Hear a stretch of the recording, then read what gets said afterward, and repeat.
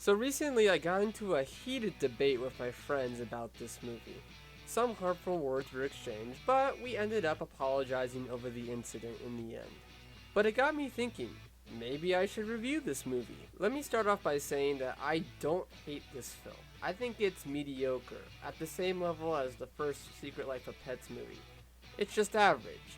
But when it comes to other Pixar movies like Incredibles, Up, or Ratatouille, on that legendary tier of Pixar films, Cars doesn't hold a candle to them. It ain't bad, but it's not one of the flagship movies in Pixar's amazing lineup. But wasn't one of those rare missteps. I think you all know what I'm talking about. Let's take a look at the film, shall we?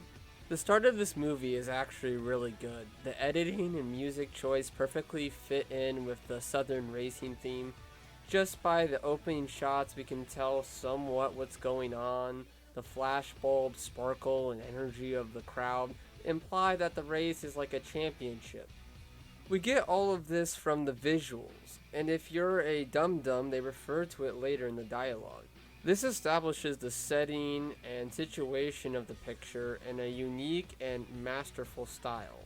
We are introduced to the three characters: the king, Strip Weathers, the runner-up, Chick Hicks, and our rookie protagonist, Lightning McQueen.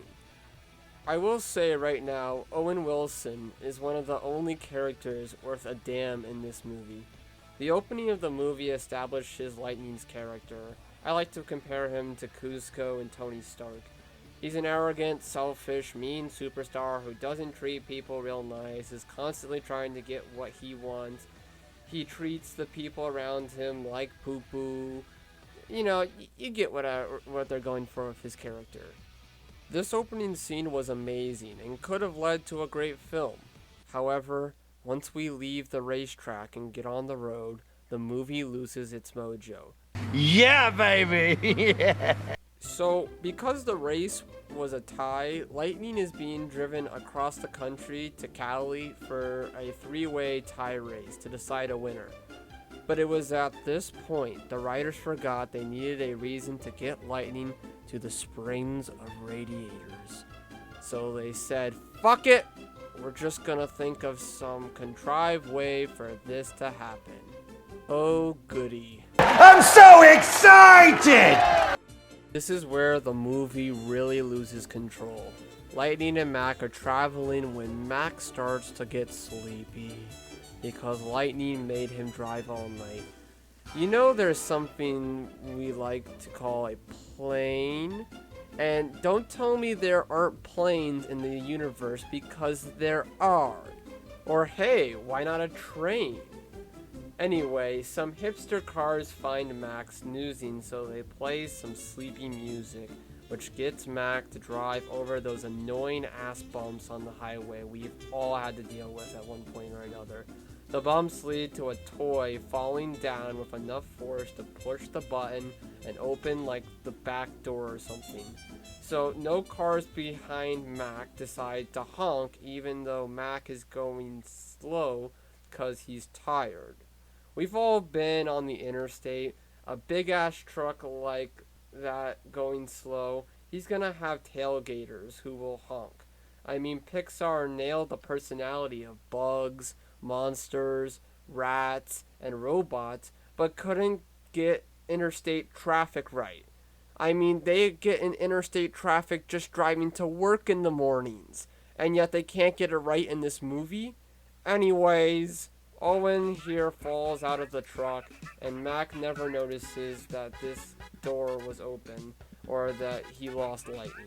This all just doesn't make any sense. What if Mac had used that little camera to say sorry to Lightning for the turbulence? He would have been like, oh shit, and would have saw that Lightning wasn't there, and he would have went back for him. Anyways, Lightning gets lost, and God materializes like 30 trucks that look just like Mac to appear so that Lightning can't find his trailer. He follows one who gets off the exit. Wait, why choose that one? You know Mac is way ahead of you, and that you gave him orders to go nonstop to Cali, right? So why would he get off at an exit. I get it. I don't get it. Oh my god, this film hurts my head. This scene is so dumb on so many levels. Here's how you could have fixed this and made it a little practical. Have Ka-Chow stop off at a stop to spend the night at a hotel. Have there be like a media circus and Lightning tries to sneak away to his room when he's either option A, mugged by these hipster cars and then runs away.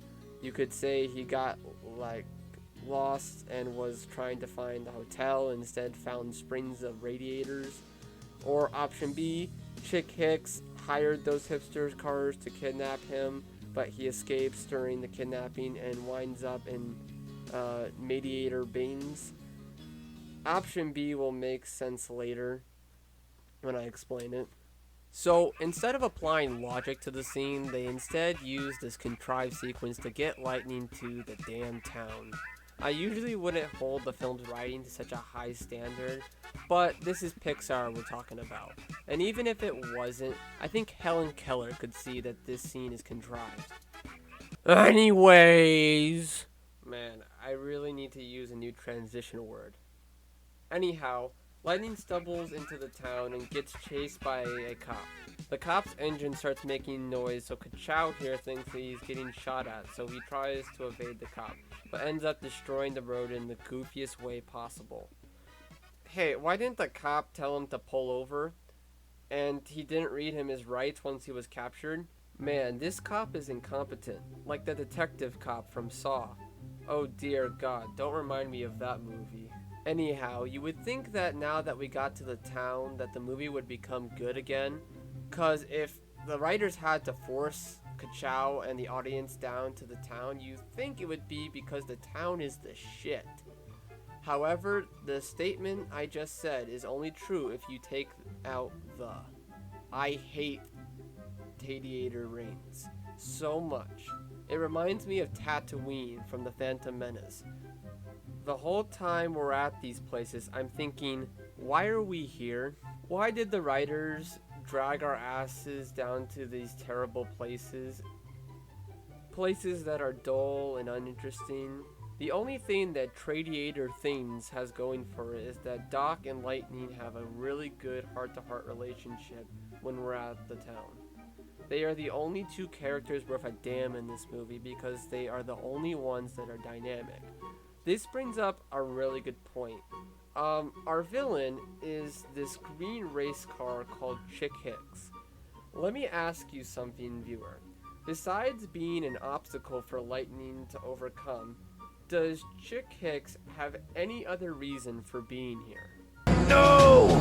He's a half-baked villain. How so? Well, a villain has two main jobs in a movie.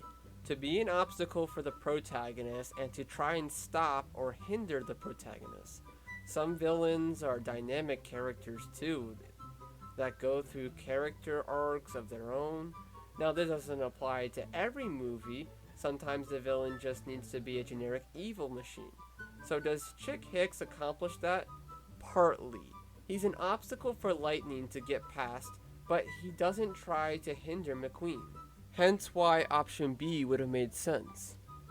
Chicky Hickey here feels so disconnected from Owen Wilson because, as a character, he's just a stationary object that just talks a lot and gets in the way. But he never tries to do anything to hinder Lightning. How should I say this? He doesn't do anything evil. Sure, he crashes the blue car, but that was inside the rules. On the final laps of races like that, you're allowed to get rough. And then you could say, he started the pile up to hinder Lightning at the beginning, but that's it. And this is never called cheating in the movie, so I don't know why people use this as a defense for him. Besides being a trash talker, Chick Hicks doesn't do anything. He's not compelling. I don't think I need to remind the audience that having a compelling villain is important to a movie's success. To better illustrate my point, while I was doing research for this video, I noticed how there was a video that said, "Cars, but just Chick Hicks." You know, there's a lot of those kind of meme videos on YouTube, and I checked it out. And you know what? It was only 2 minutes long. That's right. The character Chick Hicks is only in the movie for literally 2 minutes. That is unbelievable. Compared to how much time other villains have gotten, especially in Pixar movies, this is just pathetic. Pathetic. This movie's runtime is an hour and 57 minutes, and our villain literally gets 2 of those minutes on screen. That is just mind-boggling how that could be. And people call this guy a good villain. How can he be a good villain if he's on screen for only 2 minutes? And he's the main villain. Maybe if he was like a side villain, maybe I can understand. But he's not. He's supposed to be our main villain, and he's on screen for 2 minutes in a picture that is almost 2 hours long. Chick Hicks here had potential, but just feels shallower than a bowl of cereal.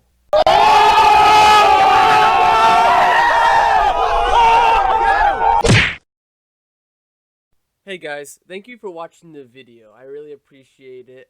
Stay tuned for part 2. Will be coming soon. I wanted to split this review up into parts because I was told by someone in my inner circle that I need to make my videos a little longer and make them more detailed reviews where I go more in depth into the movies.